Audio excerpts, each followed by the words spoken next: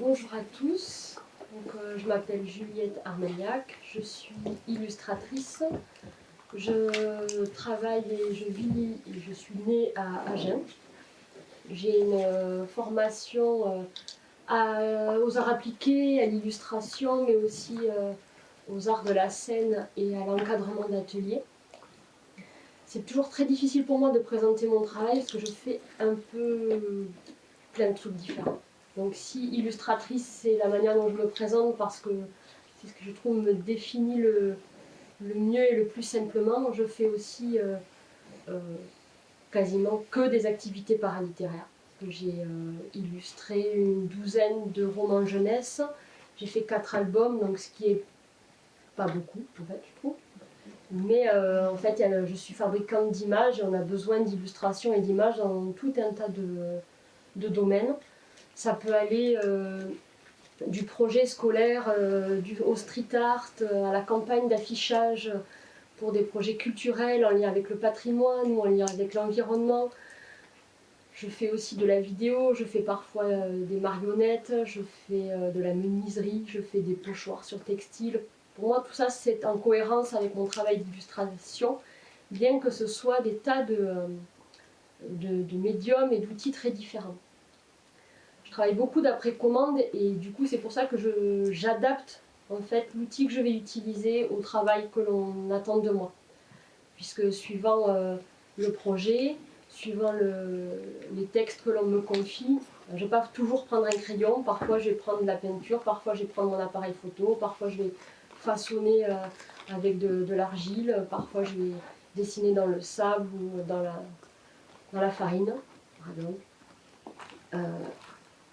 Mais aujourd'hui, je vais vous parler d'un projet plus personnel que j'ai mené en 2018, et qui est un projet d'exposition qui va faire étonnamment écho à ce qui vient d'être dit, c'était un hasard, puisque c'est un projet sur les rêves et sur la nuit et le sommeil.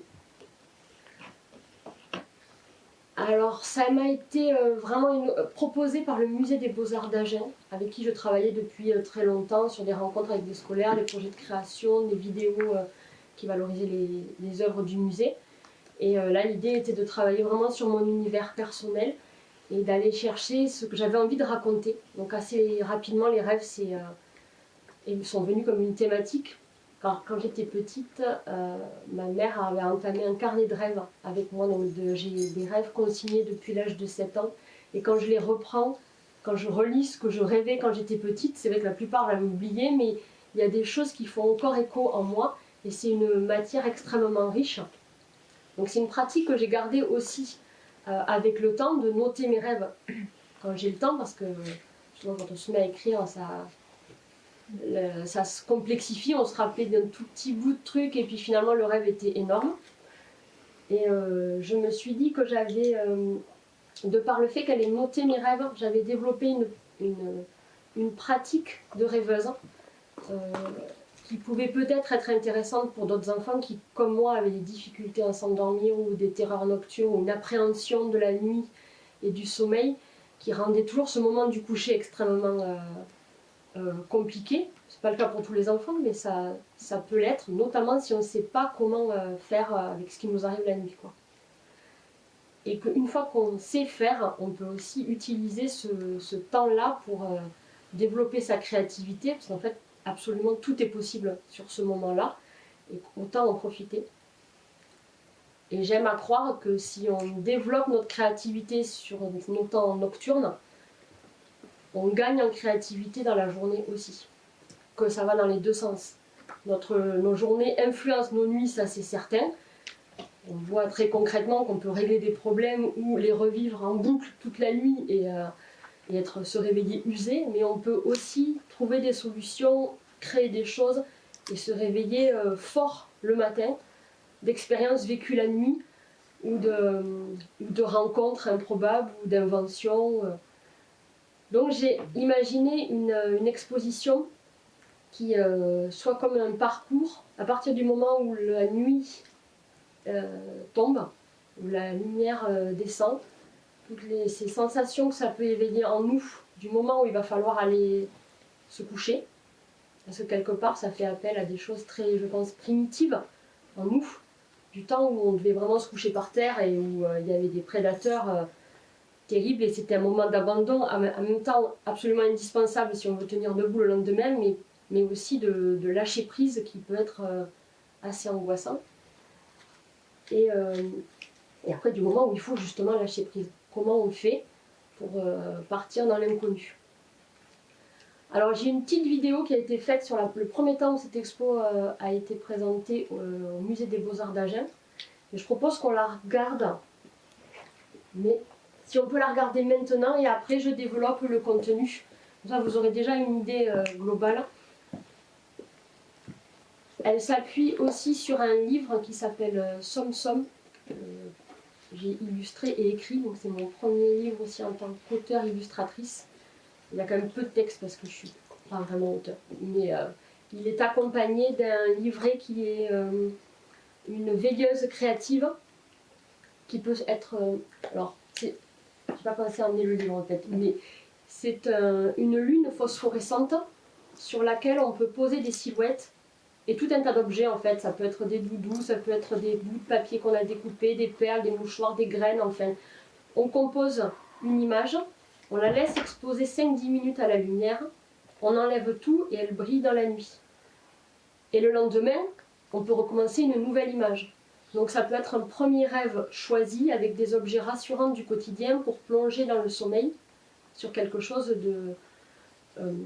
une première histoire qu'on s'est construite si jamais on a peur de l'inconnu.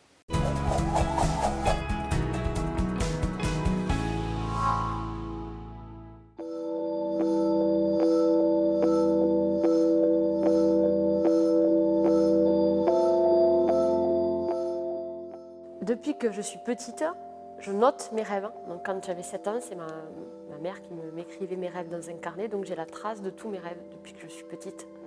Et ça m'a nourrie sans que je m'en rende compte, surtout mon travail de création depuis. Cette œuvre-là, c'est mon tout premier rêve. Des couleurs superbes qui se mélangent, qui apparaissent. Et tout d'un coup, il y a un élément perturbateur. Donc c'est lui. C'est une bestiole un peu indescriptible, on ne sait pas trop ce que c'est, et il fait peur et il va venir perturber le beau rêve.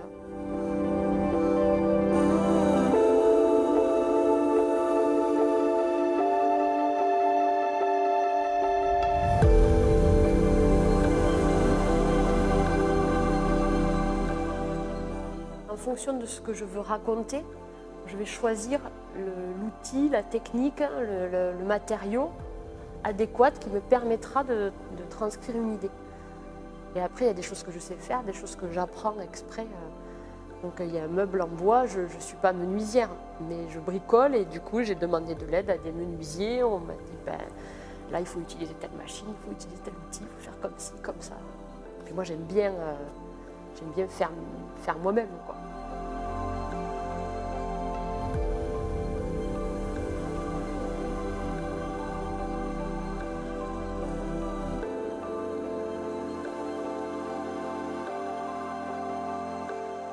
L'idée, c'est vraiment aussi de partager un bon moment tous ensemble, mais aussi de découvrir un univers d'artistes et de pouvoir côtoyer cet artiste sur différents temps qui vont être proposés tout au long de l'exposition. Moi, j'avais vraiment envie qu'il y ait une interaction avec les œuvres pour qu'on puisse prendre le temps et du coup rentrer plus en profondeur dans ce que raconte chaque pièce. Et donc quand on rentre en profondeur, eh bien, on peut commencer à se poser des questions ou à parler de soi. L'idée c'est de tisser un dialogue entre les parents et les enfants sur est-ce qu'on a des appréhensions avant de dormir, est-ce qu'on aime ça, pourquoi est-ce qu'on a tel et tel rituel, est-ce qu'on rêve ou pas, est-ce qu'on a peur de rêver, est-ce qu'on fait des cauchemars. Et du coup chacune des œuvres permet d'aborder une des problématiques de l'endormissement, du sommeil.